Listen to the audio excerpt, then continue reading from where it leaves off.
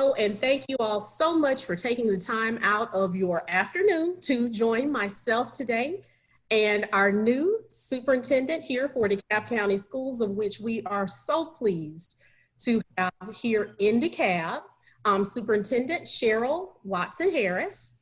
And thank you so much. I know that you have been very busy. You have come and there is no time, shall I say, to tarry.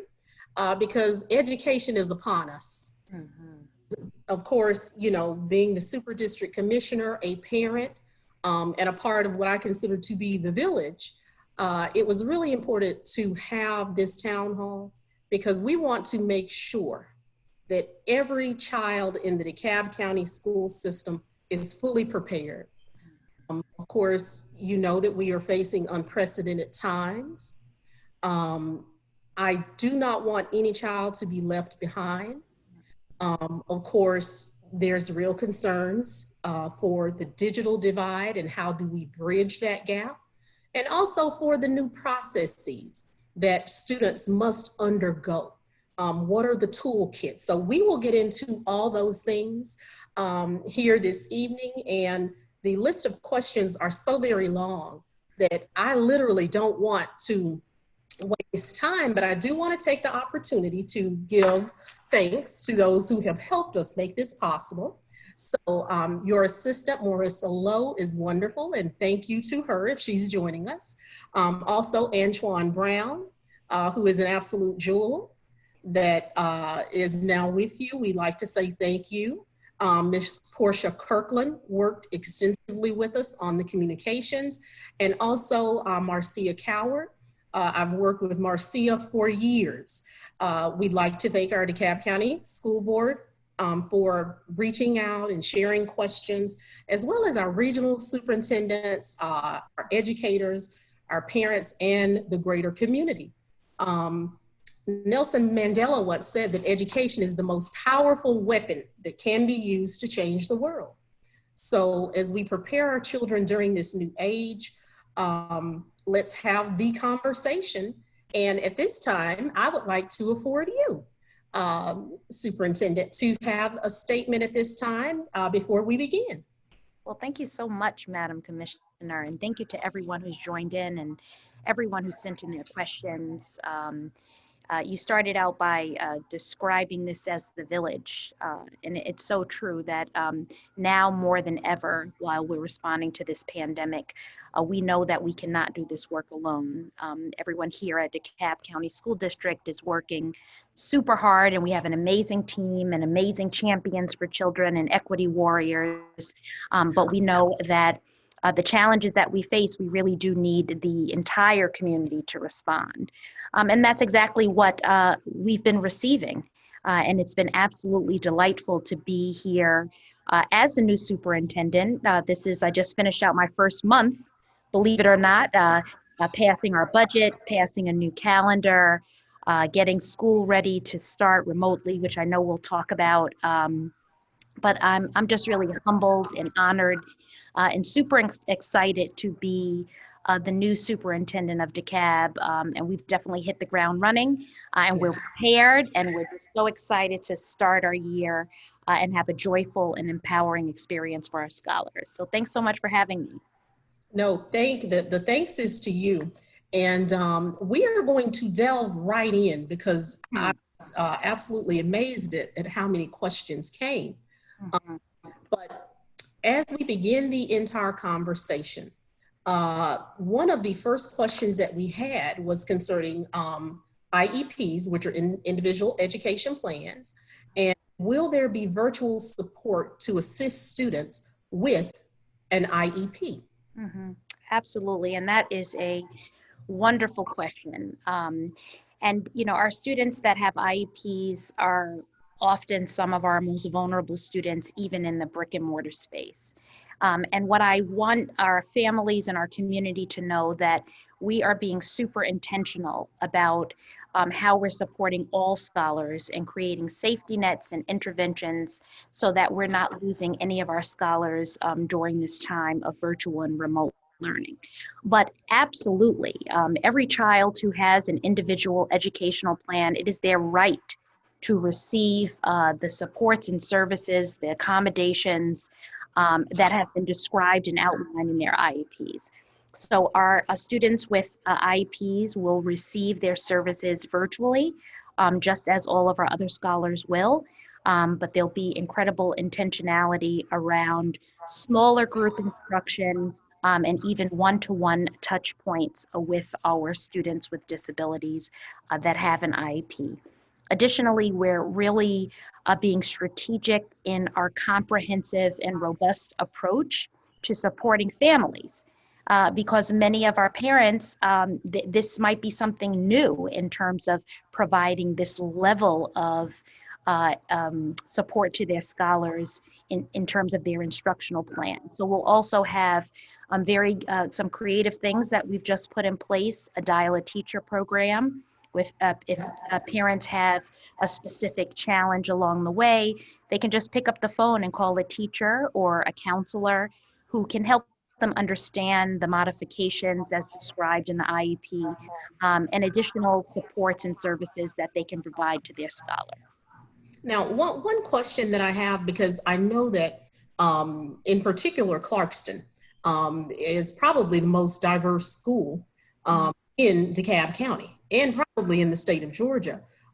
I know that many of those students are English as second language scholars. And as it relates to them having access, how do you plan to bridge that gap as well? Do you have technology in place that will assist those who may have to overcome communication barriers? Oh, excellent question. I'm so excited about the work that we're doing in this space of supporting our English language learners, as well as many of our immigrant families. Yesterday, I had a great opportunity to meet with some leaders from our K-12 English language learner roundtable. And they were able to actually identify specific areas that we missed last spring. With all intents and goodwill, there were many gaps last spring. And we have to learn from the successes and the gaps so that we can be most impactful. But we have a fabulous International Welcome Center. We are pushing out information in many of our languages.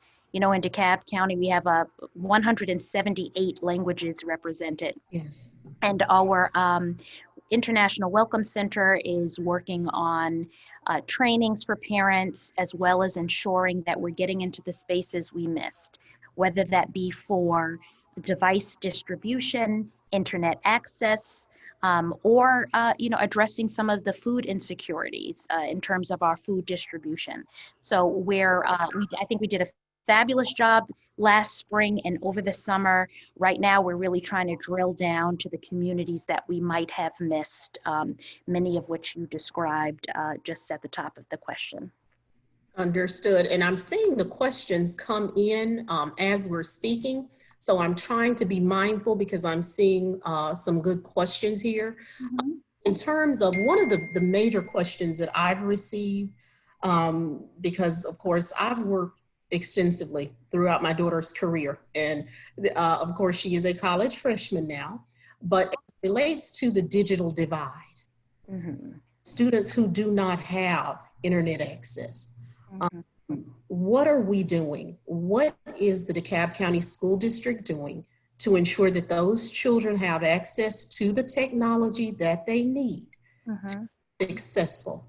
Another question that I've seen come in relates to whether or not Chromebooks and technology devices are being issued to those students, and how do we go about ensuring that they have high-speed internet?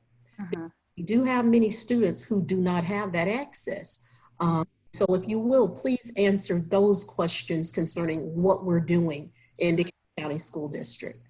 Absolutely. And I just like to start by acknowledging your point around the digital divide. And I think, across, not just here in DeKalb, but across the country, we see inequities from different student groups, right, in different communities. And that's part of the reason I was so excited to come to DeKalb County, because of the rich diversity, which I believe is an asset, but also some of the challenges around inequities, and knowing that, I wanted to be a part of the solution in that space. But we see the inequities illuminated even more now during this time, this pandemic. And that is manifesting itself in terms of the digital divide. And so last spring, scholars in grades 6 through 12 were issued Chromebooks, or had the opportunity to receive a Chromebook. We have ordered Chromebooks for our elementary school scholars this time. If you visit our website, www.dekalbschoolsga.org, the first thing you'll see on the website now is a survey for parents to complete in several languages, requesting the Chromebooks, requesting internet devices to put into the home if they don't have, as you described, high-speed internet. So we have secured as many of the devices and the internet hotspots for our families. Our job now is to make sure that they actually get into the hands of the families, that we create as many access opportunities, whether that be, picking it up at their child's school or another place that may be more convenient for the family. But our job is to make sure that our scholars have everything that they need, that their safety and their security and their food, and that as many things as we can do, as many gaps that we can fill, so that they are ready to learn and engage in a joyful and empowering educational experience. Now, one other question that I have surrounding the dissemination of the Chromebooks, and of course, Allison and Leah, during the chain of this communication, if you will place the link for the DeKalb County School System in the chat, that would be wonderful, so that people can very easily click. But students or parents who may not be a part of this conversation, and I'd like to thank so many people for joining us this evening. How are we, and I say we, because we're part of the DeKalb County school system still, even though, my daughter has moved on, we are all a part of that community. How are we reaching those parents? Is it at this point what was additional correspondence sent? I know that at Dr. Martin Luther King Junior High School, as well as all of the other schools that my daughter attended, there was, I believe we called it a calling post, where parents automatically received telephone calls with pertinent information. So were there other avenues as well besides just going to the website? Or are we using currently the DeKalb County School System website as a central portal for the dissemination of information? Yes, that is the central portal, as you described it. But we have a structure here that allows for streamlined communication from the classroom or the parents up to the superintendent, and from the superintendent out to the classrooms. We have a regional superintendent structure where families should be able to access their regional superintendent if they're unable to have their issues resolved on the school-based level. But I do see many of the comments going up in the chat as well. Parents were saying that the communication is not where it needs to be, or perhaps they requested something that they did not receive. One of the things, and I want to apologize for that, but one of the things I've tried to establish here in my first few weeks is how accessible and transparent I want my leadership team to be, and everybody here is fully committed. So again, I have a public email, superintendent@dekalbschoolsga.org. I'll have someone put it in the chat. Parents reach out to me directly. I don't want that to have to be the way that it happens, because we have leaders on all levels of the organization. But today we kicked off our Professional Learning Institute. I had a chance to pop into a few of the conversations. I could see the letters and the information packets that teachers were preparing for families. The staff officially comes back on August 10th, but they did come back early for this institute. So parents should expect to hear from their child's teacher directly regarding any information. But if in any event that does not happen, we have our Impact Family Hub, you have my information. There should be multiple ways for you to escalate any concerns. But I really want us to lead from a more proactive place where we are creating multiple streams of communication so parents are not having to, hunt down the information that they need. And I appreciate that feedback from those. Absolutely. And I want to thank the public for the questions, because that is why I wanted us to have this town hall, so that we can be proactive. Yes. And what I'm hearing from you, because of course, understanding the size of the school system, when you say that each student should be hearing from the teacher, the information as it relates to the Chromebooks, I've seen a few questions pop up here. I assume that each individual teacher is responsible for the dissemination of the Chromebook to their student, or are the principals within the schools handling that? Oh, thank you for the point of clarification. Yes. It's parents and students should be hearing from their teacher to welcome them back to school, to, give them expectations for school. Parents should be hearing directly from principals regarding time and space of device distribution. We also have that information again up on our website. But if there is an incident where you're not hearing, or perhaps there's just been some block in communication, I also was trying to outline a chain of escalation, a protocol for making sure that your that your questions receive answers, and most importantly, you get the support and the resources that you need. And just for the sake of clarity, because there does seem to be ambiguity, because this is new. Mm-hmm. This is totally new. Teachers are returning next week. Mm-hmm. And thereafter, parents should expect to hear from teachers. What is the first day of school, just for the record, for DeKalb County students this year, for the 2020 year? Yes, we're prepared to receive our students on August 17th. And we did have a delayed start to the school year. That was largely to ensure that we could provide adequate professional development, that we could update many of the devices, that we would have time for an organized distribution of the devices, so that once we receive our scholars on the 17th, we're really ready for a very successful school year. And for the most part, the Chromebooks and devices will be disseminated at the child's school. That would actually be the feeder school for that child that they would have attended had we started the year under normal circumstances. Yes, that should be the primary place of pickup for the Chromebooks. Of course, as I mentioned, there are many communities that we're trying to create other access points, but there will be more information to come on that point. We're also preparing packets and backpacks for some of our students. And again, that information will be forthcoming in terms of pickup and distribution of those materials. Okay.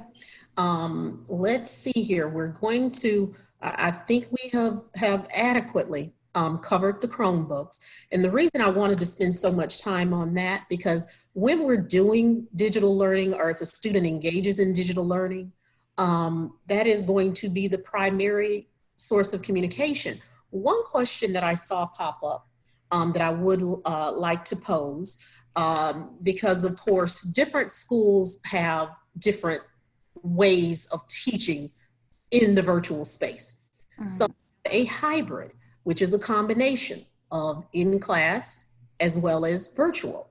But for all intents and purposes, DeKalb County will start completely virtual. And I understand that there will be a reassessment at a later date as to how we move forward. For those that may not be privy to that conversation, can we have that conversation so that parents understand what to expect after we begin virtually?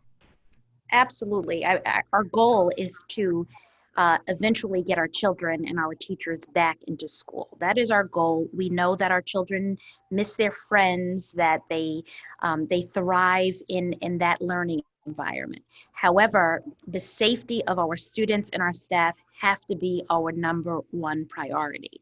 And it is for that reason we are starting the school year virtually. We will continue to look at the numbers and the trends in terms of the positive COVID-19 cases, and we will make our decision to either continue in a virtual learning space or have a phased in or total return to school when that is safe. The numbers do not indicate right now that that is what is safe and best in the best interests of our students and our staff. Just a reminder to everyone that I'm coming from New York City as the first deputy chancellor, and which was really the epicenter of this pandemic. I have seen exactly what this looks like, you know, in the worst case scenario. We had a total of 79 deaths between staff and students. And I do not want that to happen in DeKalb County. And so we're being very conservative in our approach. Where we were very early on made the decision to go into a virtual space. We will continue to work with the health department. We will continue to look at the data. And when it is safe, we will return to school. I want the children back in school, but not until it is in their best interests, in the best interests of our staff as well. So to just sum that up, to answer your question directly, we're starting August 17th. It will be completely virtual. And we will continue to evaluate and reevaluate each month prior to each board meeting to make the decision that's in the best interests of DeKalb County School District. Thank you. And, you know, sometimes as you go forward, you have to go back. Because I think I explained to you what my day was like before we started the conversation. And for those who have joined us who may not know who Cheryl Watson Harris is, I think it's important. I see here that I actually had access to a bio, and I think an introduction is important. You are new to us, and it's very interesting with you coming from the state of New York, which was perhaps one of the hardest hit states in the U.S. I think it's just important for everyone on this call to understand your background. You have been described as an exceptional education leader and equity warrior who brings nearly 3 decades of experience and success to your role here in DeKalb County Schools.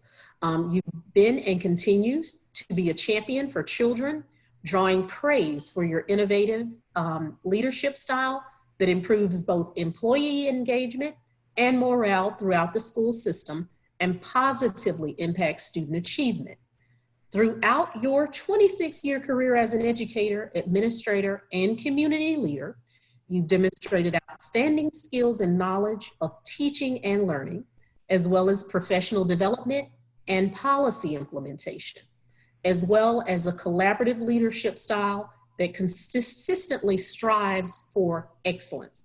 Prior to joining DeKalb County Schools, Ms. Watson Harris served as the first Deputy Chancellor, Senior Director of Field Support, and Brooklyn Executive Director to the New York City Department of Education. And in that position served a diverse cohort of 1.1 million students. A New York City native, Watson Harris started her teaching career in 1993 in Brooklyn, served as a principal in Boston for 15 years, and was a network superintendent for Boston Public Schools from 2013 to 2015 before joining the New York City Department of Education. Watson Harris earned her bachelor's in science and education from Marymount College in Tarrytown, New York, and a master's in education from Harvard University. You also is a current doctoral student at the New York University with an anticipated graduation date of 2021, doctorate in educational leadership and innovation. Throughout your career, you've always been driven by your belief that every child deserves a great school. So I think that's very important for those that are a part of this conversation to understand your background. Now, elected official, I'll state that according to the record, technically commissioners are responsible for two things. That's the administration of the $1.4 billion budget that governs DeKalb, as well as policy. And personally, I see some opportunity here for policy. In order to ensure that students have access to what they need, I think it is going to be critical, particularly as it relates to technology. So that is a separate conversation that we'll have.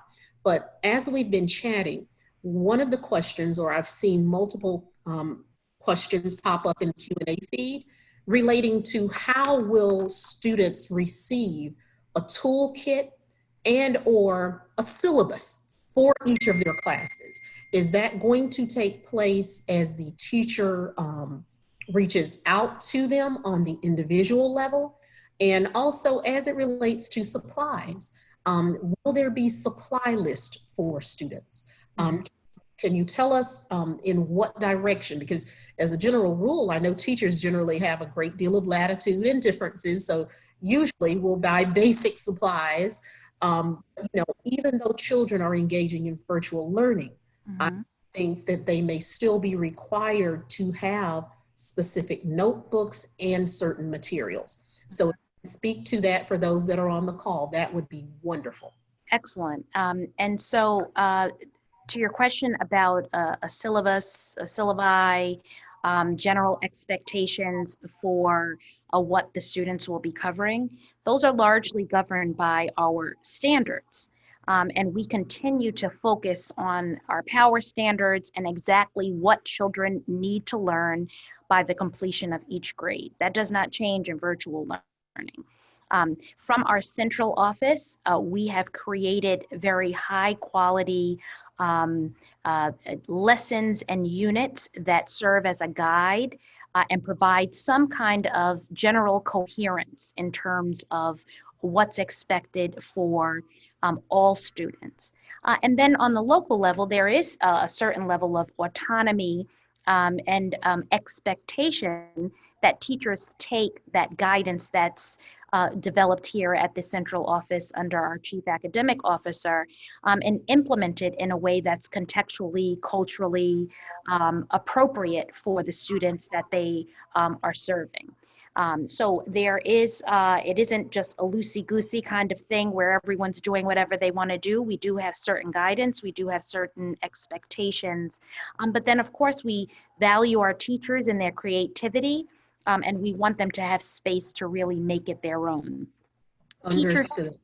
Teachers should be communicating that with parents via the welcome back letters, via the messaging from each school level. And in that, the teachers should also be outlining what materials they're recommending for families. But again, we don't want any family to not have what they need. And so we're also making provisions to provide materials to scholars that are in need. Understood. One of the questions that I've seen pop up again and again is, what does virtual learning look like during the course of the day? I saw one question that asked whether or not her young student would sit in front of a computer all day. And whether or not, as it relates to virtual learning, is there an integration between the presence of the teacher as well as video that may be educational in nature?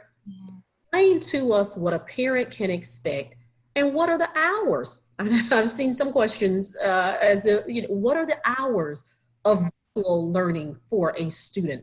And also probably if you could touch on whether or not that varies depending on your being an elementary student, a middle school student, or a high school student, because I know there is a tremendous difference in attention spans. So if you could speak to that, that would be awesome.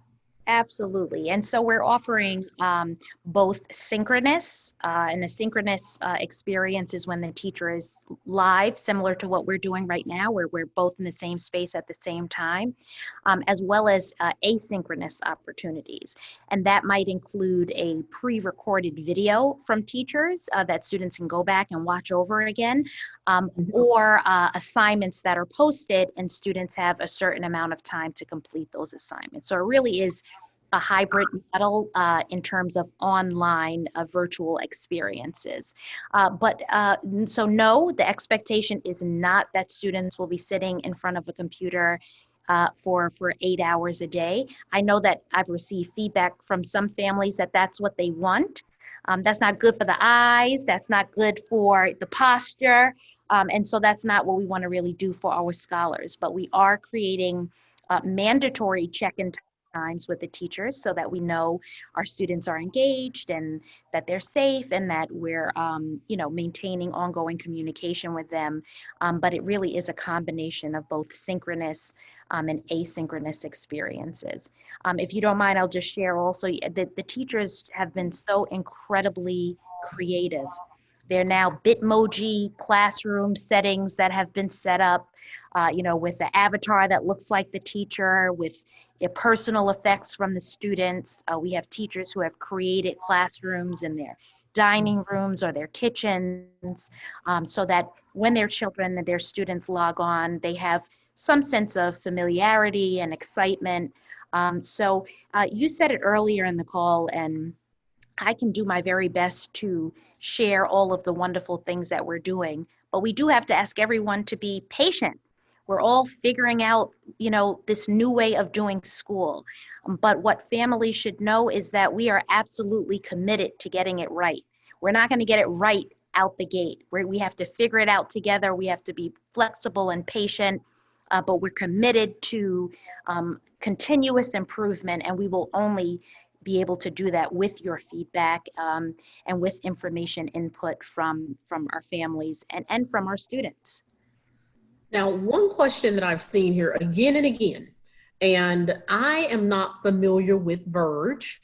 I'm not sure if that's a term you're familiar with. So I'd like us to address, because I've had some parents reference it. I've seen a parent say, what is Verge? And I'd like to know personally, what platform will students use? Is Zoom? Tell us about the technological component. And another question that I have, because when you have children that are, for lack of better words, not all parents are accessible during the day. There are some students who will, by and large, have to engage in virtual learning with a great deal of self-guidance. So when we speak about the mandatory check-in times, I personally that, IP addresses are unique. They are your footprint digitally. And you said there are mandatory check-in times, because I really want parents to hear this. And, this is from me more as an administrator than an educator, because you can track time in terms of hours logged. Will the school system literally track the time of the student to ensure that there are a certain amount of virtual learning hours? Or does each student, as long as assignments are completed, have complete latitude? So I've asked about 2 or 3 questions all rolled. Yeah, that was a lot. That was a lot. So I think I got them. I think I got them all. See how I do. Yes, I am familiar with Verge. That's our learning management system. We have, my understanding was that in the spring there were some kinks, and it was not the favorite amongst some of our staff and families. However, we're still committed to using Verge. It was selected by a cross-functional group that included many teachers and community members. So Verge is still our preferred platform. It enables us to use all of the resources that we have developed and available to us, as well as to track student engagement, all in one place. However, when I arrived, I did hear loud and clear from families and staff that they also wanted to be able to use Google Classroom. The answer is yes. Yes, yes, yes, because we said that in a lot of places, and we have to get the word out that yes, teachers will be able to use Google Classroom if they so choose. There will be an added step because we'll have to also have you manually put in the student attendance because we're unable to link that to the Google Classroom, but that's a simple problem that we'll be able to figure out together. Teachers will also be able to use Microsoft Teams. We don't want to go any bigger than that because then we'll just be all over the place. But those are the things, those are the platforms that have been presented and that staff, I've received feedback on, and staff will be able to use those. The second part of your question, I think, was more about the managing and tracking and monitoring the time on task or the time that students are logged on. We did that. We were able to do that in the spring. So we have that data in terms of how long, how many logins there were by students, by staff, and what was the kind of average duration of time that was spent. Quite honestly, we had some groups of students that, we missed. And that were not logged on and that did not complete the assignments. We're being very diligent in making sure that we have many checks and balances and that children feel, students, scholars, and their families feel a sense of responsibility for engaging. I think kind of the ambiguity around the grading policy in the spring, some felt like they could check out. And that's not at all what we're allowing this fall. So we're creating a great year for our scholars, and we want you to be there. So we're going to do everything that we can to continue to engage our scholars and create opportunities so they want to log on and they want to be with their families, but their friends. But to the last part of your question about if they've completed their assignments, we do have to have some flexibility during this time. We have some scholars that might be responsible for taking care of younger siblings, or we don't know everyone's reality. So our goal is to ensure that our scholars are learning and that they're being held accountable and that they're reaching the rigor of the grade level standard. So we will work with every student individually to ensure that they're supported and that they're giving every opportunity to be successful. The questions are coming so quickly that I'm all over the place at this point, even as I listen to your answers. And I do want to go back because I love moving forward in clarity. And one parent has asked, when we started the conversation, and I think I understand, you discussed synchronous and asynchronous. I believe synchronous means that it is virtual learning with an instructor. Yes. And asynchronous means no, that it may be a video. Yes. Is correct. Yes, or they are, they're not on their own, but that wouldn't be a time when the teacher is live and they're receiving live instruction from the teacher. So there is a combination of those two things happening. And understood to the students. I did just want to make one point. I'm sure there's a way for us to receive all of the questions that are going into the chat. If we receive those, we can put together answers to all of the questions and post them on the website or send them back to your office, whatever would work. But we really want to make sure that everyone's questions are responded to, and it's also helpful for us to see kind of the trends amongst what people are thinking and wondering about. That's a very good point to those of you who are watching right now. We have well over 100 questions that have come in during just the time that we have been communicating here. I will transfer these, we will download the files and send over all questions. And if you will post them on your website, because it's important that you are the central portal, then we can just create a little, a header on our website that ties over, but we will make sure you get these questions. One question, and this leads me to part two for us. I saw one parent's question that said, will caregivers and parents be trained on the virtual technology as well as the Verge system to better assist their children? Mm-hmm. And that's important because some parents don't know how to use the system. Mm-hmm. Yeah, absolutely. Possibility. Do you Oh, have a workshop planned? yes, we have a series of workshops and trainings for families that I believe most of those dates are posted. If not, I will go back and check. We started on Tuesday evening around just issues around trauma and how do we support our students that might be experiencing trauma as a result of COVID-19. That ran on the 4th. I think we're doing another one on the 11th. And then we have a series of trainings for families on how to use the technology. And we have specific workshops that we're putting together for our English language learner parents and of our L students.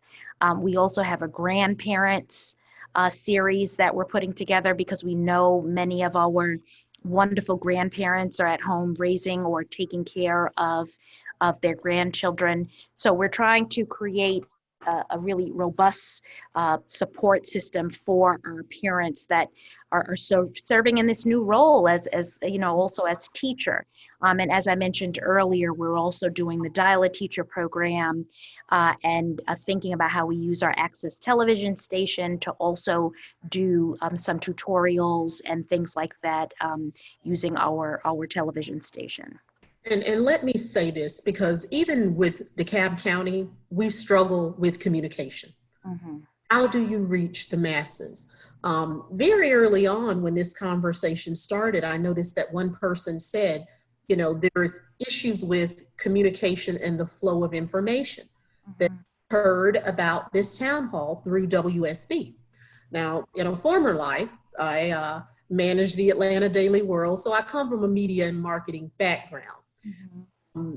I want us all and anyone who's on this call to work together to ensure that there's a dissemination of information. Mm-hmm. As you move forward, please share with us any, whether those are flyers, and I'd like to thank if Miss Betty Davis from Lou Walker Senior Center is on the call tonight. She and I had a conversation earlier, and of course she has a robust network. I have almost 40,000 in terms of my database. So we need to work together to ensure it can't just be the school system. Of course, you have your responsibility, but to the greater community.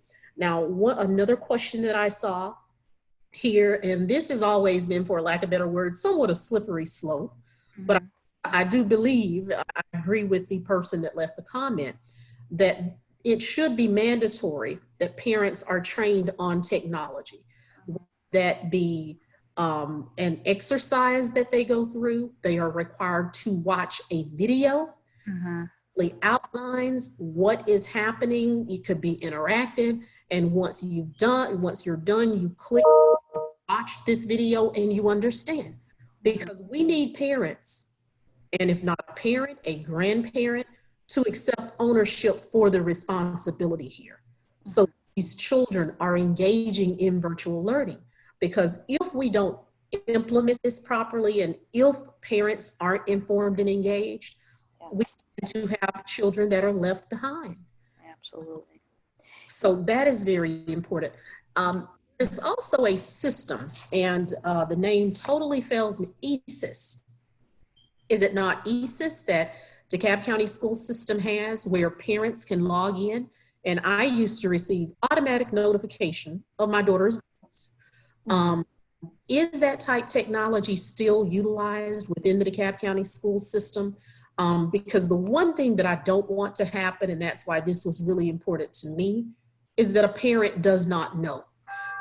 It's going to take us really working very carefully during this time to ensure that parents are informed and aware if children are not properly engaging if they are independent in terms of their personal guidance on a daily basis.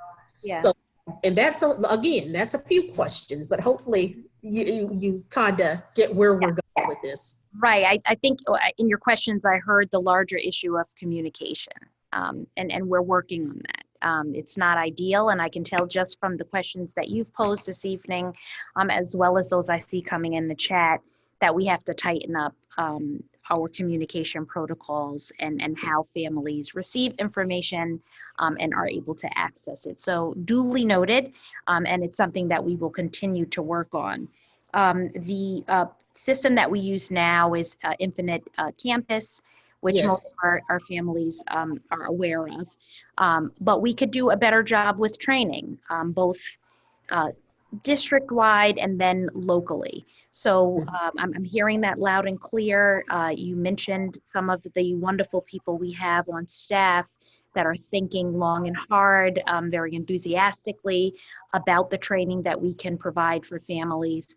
And we will continue to explore all opportunities and possibilities in that space. I think we have a good start with the things we have planned, but that's why these types of engagements are so helpful, to hear the specific things and the ideas maybe we just haven't considered as of yet. Okay, and this, it's all relevant because, you know, when I sit here, I have seen multiple questions concerning feeding children, and even now, that is what is here in front of me. How will children during this time who may be in need of food assistance, because food insecurities are very real. And personally, as a parent and now as an elected official, the magnitude of lack that exists within certain homes has become abundantly clear to me. Mm-hmm. And I do not personally want to see one single child Mm-hmm. that goes to bed hungry, rises hungry, and does not have access to food. So, and you share what is being done by the DeKalb County school system, and I will then speak from a county perspective as to what we are doing and the programs that we have as well. Excellent. Well, we share the same value system there, ensuring that our students' basic needs of safety, security, food and shelter, is paramount. That's the foundation. We can't really expect them to engage in virtual learning or anything else if those basic needs are not being met. Right. We did have a number of food distribution sites this year. Some were at schools and others were out in the community. Very successful. I think it was my second week here. I went out and really just congratulated those heroes and sheroes that were out, preparing the meals, delivering the meals, etc. However, what we did, and many of I see a comment about our school buses, that's what our school bus drivers did. It was our school bus drivers and our food and nutrition workers that prepared the food, packed the food, and delivered the food to our families. We will be maintaining all of those same food distribution sites because they're familiar now to our families. However, we're trying to also expand the number of food distribution sites in each region. But again, this is an issue that we can do our part, and we're trying to do more and more. But it is a community issue, and we need our partners. Yesterday, I had a chance to speak to one community leader who actually told me that she prepared 90 sandwiches every day to deliver to a housing complex that she knew the families were a little too far away from the food distribution sites to get to them.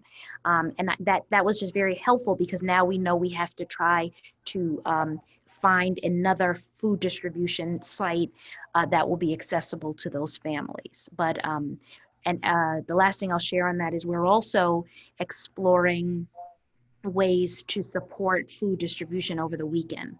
That has not been finalized, but we're working really hard trying to raise the funds to be able to do the same level of food distribution that we do Monday through Friday over the weekend. Understood. Now, is there a place, and I always refer back to the central portal on the County School District website that has a list of the food distribution locations? If there are individuals that are a part of this call who would like to take advantage of or be aware of food distribution, can they find that information on the website? The updated list may not be up there just yet. I just finalized that, and now I've actually received additional feedback from community members, and we want to make sure they're all in the right space.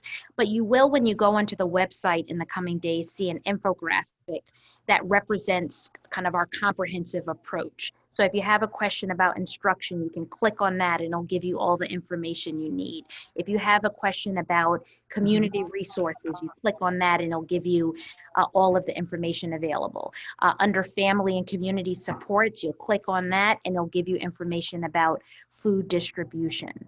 But we're in the process of just completing and finalizing that tool, but it should be very user-friendly for families to just go on and say, I want to know more about third grade reading.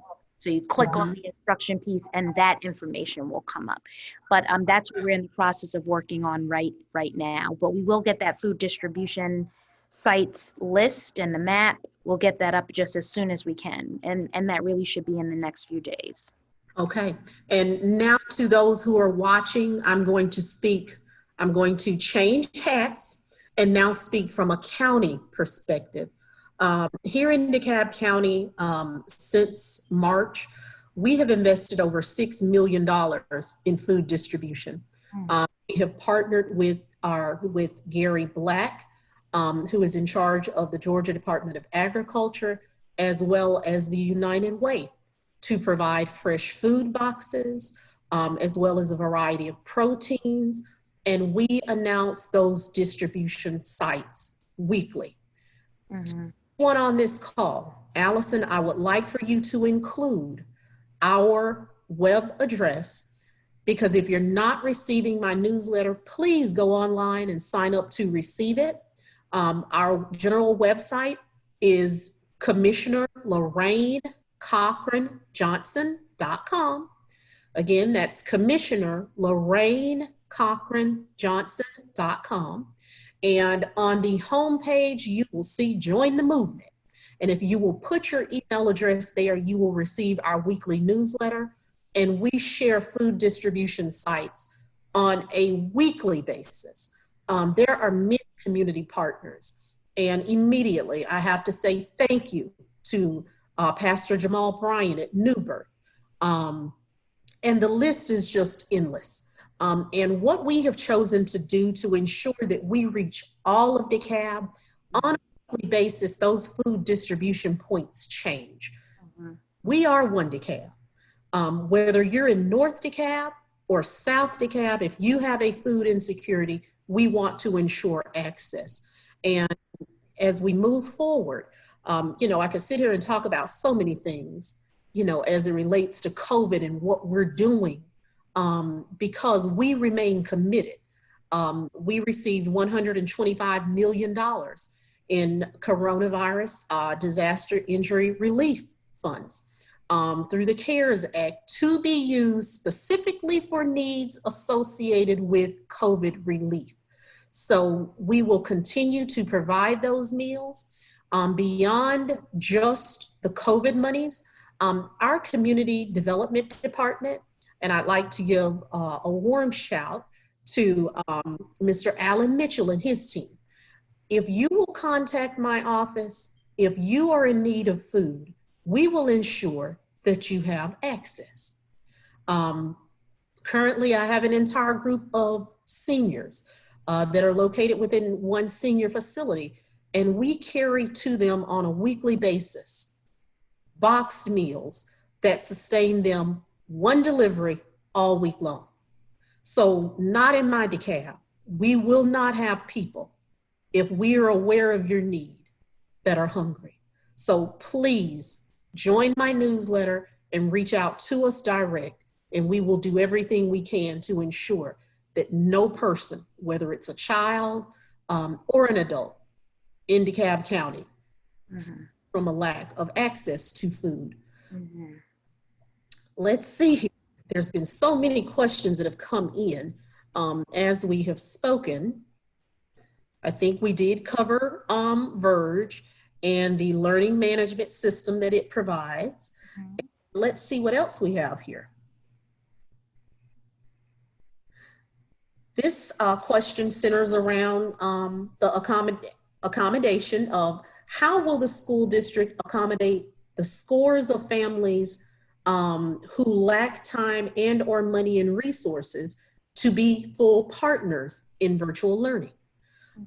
Now, this is one of those questions where I've had to have these conversations. It requires full disclosure. Mm-hmm. And when I have found in my experience, whether it was working through the school system or even in my professional capacities, people don't care how much you know until they know how much you care. Mm-hmm. So educators and teachers, in my opinion, have to create an environment where the walls come down. So in the instances, the critical conversations that create the environment that's needed happens. But for parents who may not be able to be full partners, what is it that DeKalb County school system can do to assist them with ensuring that their children are still actively engaged in virtual learning? Mm-hmm. Absolutely. And we know that that's a reality for many of our parents and probably far too many of our students.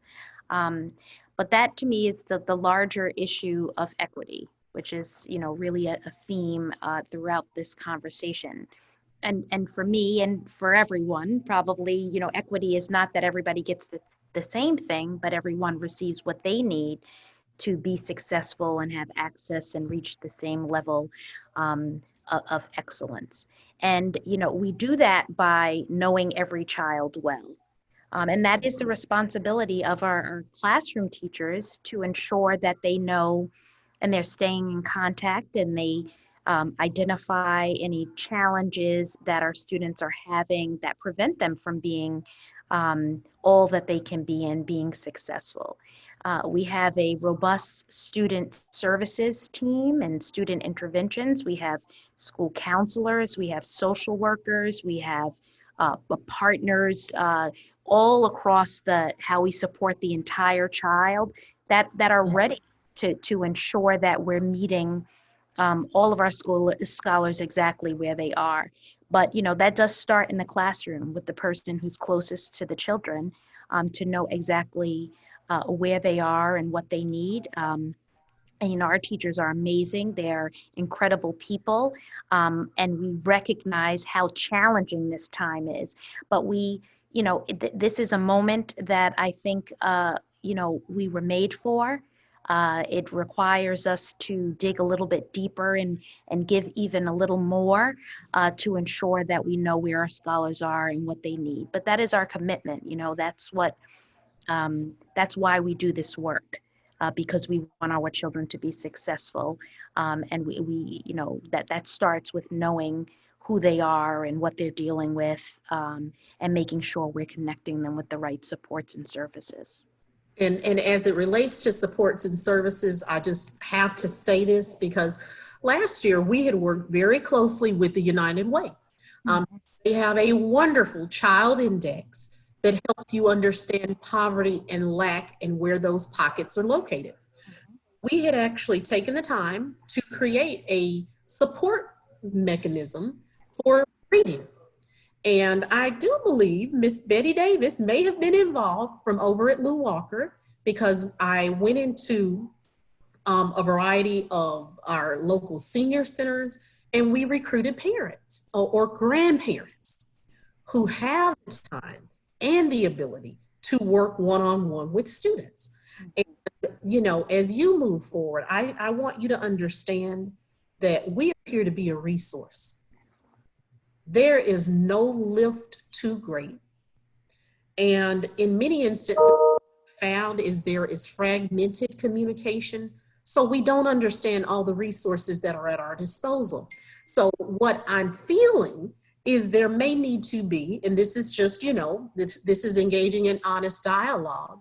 I'm not sure if there is a crisis line where students or parents can call in and just be honest and say, I need support with ensuring that my child is active and engaged.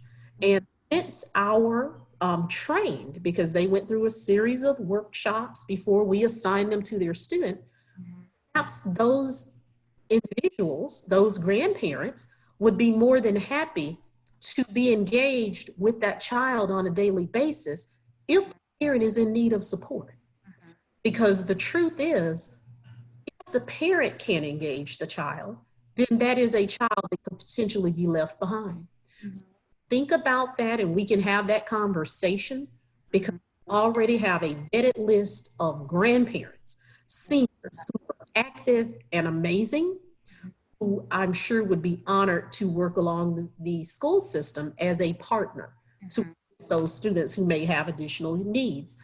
As questions have come in, I've noticed an abundance of questions concerning chorus, band, clubs, music, arts. What does that look like during this time? Will there be clubs and activities that will be organized digitally, or is it just no? Because personally, I receive a lot of emails over the past several weeks from parents that are concerned with sports, some who want sports, some who do not. And how or what does that look like moving forward? Can you speak to that? Yes, I can. And I've received, well, first of all, I just want to say thank you for all of your incredible work and all the things that you're doing to support the families of DeKalb. And I'm just honored to, be a new member of this family. And I definitely want to continue to find ways to connect and strengthen the partnership so that we're not, doing duplicative work, and that we're really holistic and robust in our approach. So I definitely look forward to that partnership that we will have together. In terms of clubs, chorus, those activities can very well happen virtually. I've seen it happen virtually. We are not bringing children back into the brick and mortar space right now. That includes clubs and chorus, and unfortunately, many of the things that our children love so much. And as soon as we're able to do that, we will. But again, we have extremely creative teachers who are thinking about ways to continue those activities with our students in a virtual space. In terms of the athletics, I like to be completely transparent. I think You should, because I'm seeing the responses now. I just saw one that said, wow, but sports are acceptable? No, well, we've been following the guidance from the Georgia High School Sports Association. We've been following the guidance. I will tell you, in DeKalb, we have been extremely conservative. When I arrived at that time, we were allowed to have 20 students in a pod, which included students and coaches. The guidance from GHSA allowed us to expand that number, almost triple that number in 3 weeks. I did not allow that in DeKalb. We took a much more conservative approach. But we hosted last night a town hall on athletics. We had Dr. Ford and others come and speak and really educate our community on the impact of COVID in DeKalb County specifically. And it's a question that we're grappling with. And just like you said, I receive numerous emails from families that say, what are you doing? Stop the sports.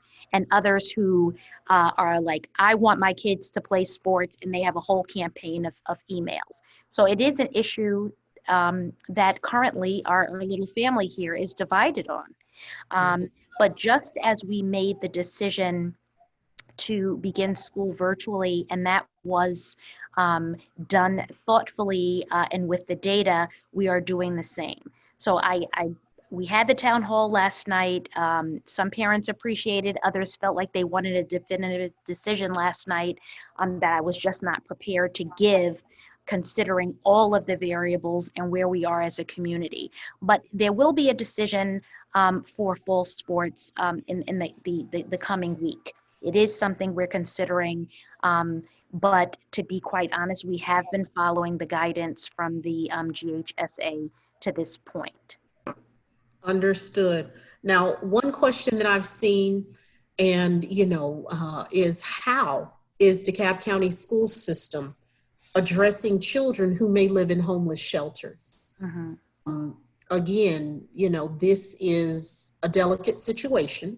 Yes. In many instances, the school system, what I've found from being a very involved parent in the school system for a number of years, is that in many instances, educators and teachers don't fully know the circumstances of all students. What is being done to reach those who may be within homeless centers and facilities? Because I know here in DeKalb County, at last count, we are housing slightly over 700 homeless individuals that we are aware of. And I'd like to say, again, to Damon Scott, as well as Melvia Richards, they head up that division for us.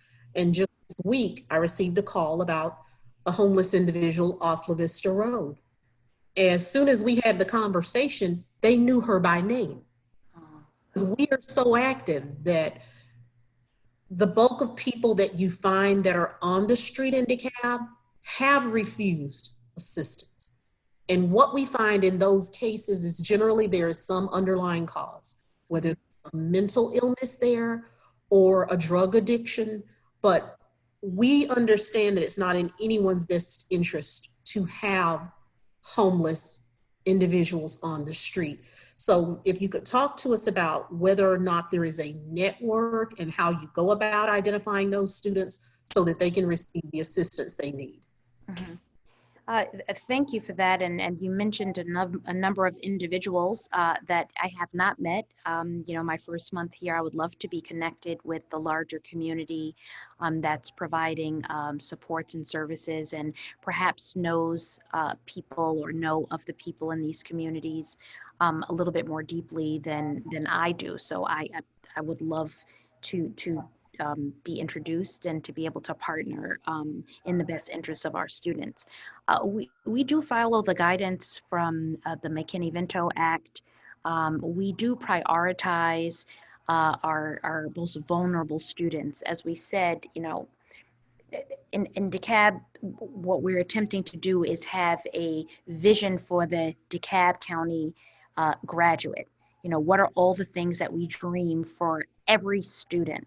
And then what is the pathway we must create so that students coming from different places with different challenges, that we have the necessary interventions and supports to meet them along the way, to push them to remove that barrier so that they have the same access.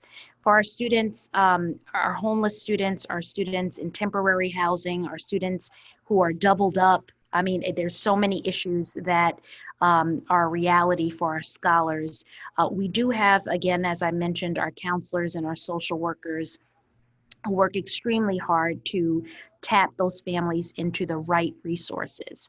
And that's so intentional and part of the DNA of our school system.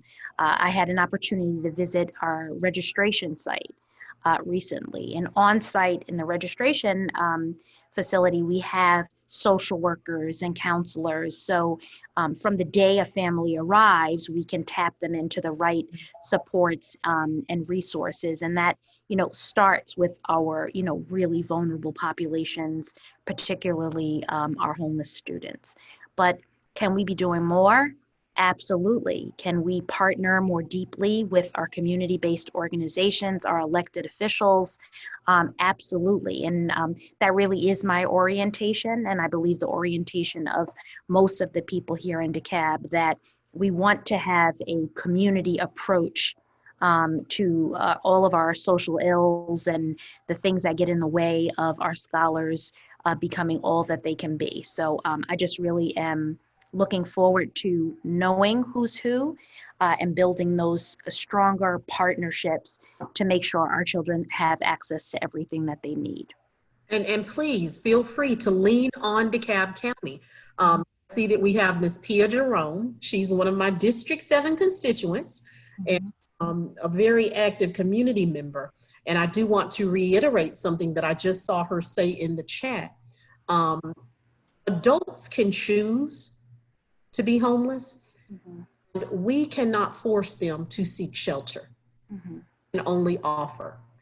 But if there is a situation where children are involved, the paradigm shifts. Then we are able to intervene. So for anyone who may be on this call, if you are aware of a situation, we are here to help. DeKalb County has tons of resources to help those who may be in need of housing. So again, I give myself as that person to assist you. Feel free to email us or call us. We continue to answer calls as well as respond to emails. Also, I'd like to acknowledge Mr. Joe Arrington from PRISM, Pride Rings in Stone Mountain, who is a friend and a very active, valued part of our community to me. All of those who have joined us here this evening. As we sort of wrap this up, I'm not sure because I'm so busy doing these days, because if you're like me, what I have found during this time, Superintendent, is that our call volume has increased dramatically, but emails have probably doubled to triple on a daily basis. It's not unusual for us to get 300 requests on a daily basis. It becomes overwhelming to one because everyone's circumstances are unique and you cannot cut and paste an answer with individuals. So is there anything additional? And I'm going to go back through the chat that we have failed, because the one thing that has resounded with me amazingly here is that there is somewhat of a disconnect and people are very confused as to what it is they do. So I think for us, in order to ensure that everyone is well equipped, a takeaway would be perhaps even the creation of a checklist. That's why I wrote this wrong. A checklist, so that, and firm deadlines, so that all teachers must have an initial interaction with parents by a certain date. Because I did see here in the feed, because I've just been reading as these pop up, that some parents are alarmed because it's so close to the start of the school year and they haven't had the personal interaction. But for everyone watching, the teachers return to school on August 10th. So they're not there yet. Also, perhaps, because now we've got to rely on technology to make it through this hurdle. And this is our new normal. We're all learning this together. If the teachers will post perhaps on the website their list of supplies or whatever those needs may be, as well as the syllabi, so that parents feel better about getting information. I think that would be extremely important. And let's see here. I'm reading because there's so many things popping up, but at this time, is there anything else that you would like to share to help bring this home? And also let me say to you, I always acknowledge things as they are. And you have walked into quite a situation. And when I say situation, I love DeKalb County. I love DeKalb County School District. I'm a proud parent. My daughter has done wonderful. And I love DeKalb County schools. But you coming in at this moment, it has to be a challenge. And You have exhibited during this month extreme grace and poise.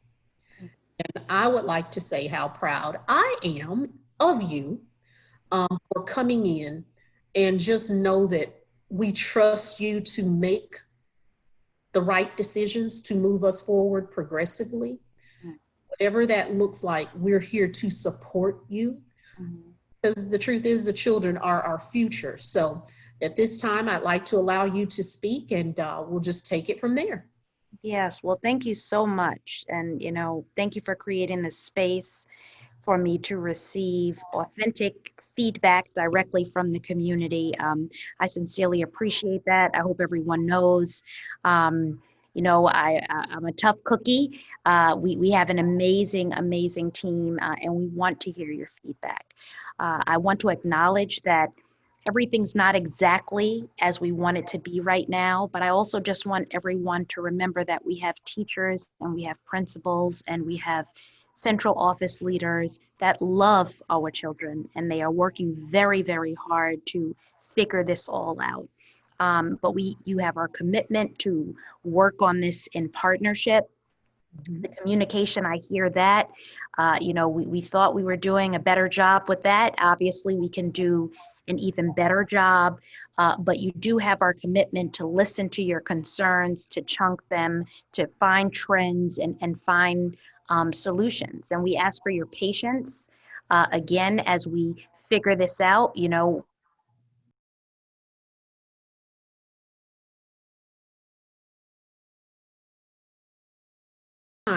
Hello. Hello, I'm so sorry about that. Oh, it's okay. What our teachers are going through, and that's why we ask for that patience, but technology. Absolutely. And one of the things, and you'll see there we've captured well over 100 questions here. Wow. And one of the last things that I have is from Ms. Terry Hope, who said, can DeKalb create DeKalb County School District a frequently asked question sheet for parents? Mm-hmm. This is very important. We have parents that have students who have IEPs, individual education plans, that have concerns.